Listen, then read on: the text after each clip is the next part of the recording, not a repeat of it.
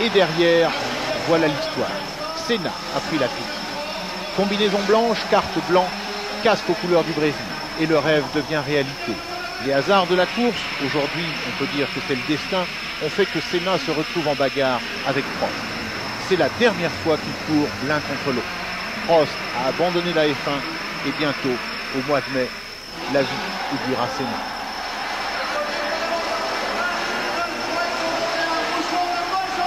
Dans la foule, c'est évidemment du délire.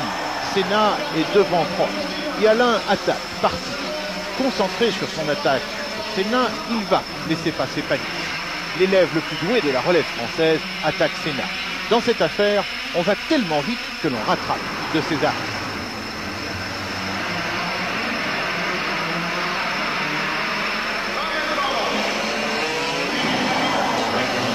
La jonction avec les cartes de tête, c'est maintenant.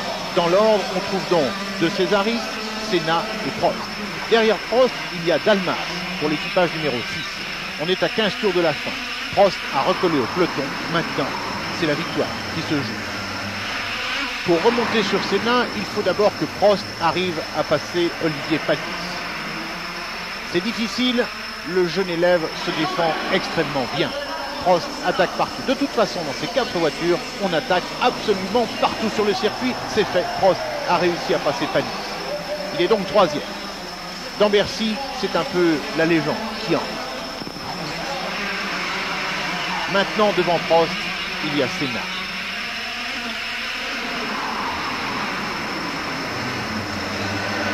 Mais coup de théâtre, Senna doit s'arrêter. C'est dommage. Mais l'histoire n'est pas finie. Prost est 2e, derrière De Cesaris. Alors que Senna rentre au stand, il y a 3 cartes en bagarre, mais seulement 2 pour la victoire. Panis, le numéro 7, n'est pas dans le même tour. Nouveau coup de théâtre, De Cesaris a tellement tiré sur la mécanique qu'elle rend large. Prost, une fois de plus, a été à la hauteur de sa réputation.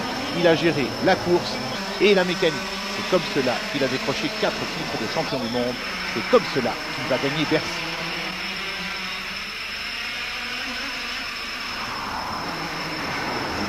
Quand De Cesaris s'est arrêté, Goulon a repris la piste pour le team numéro 4.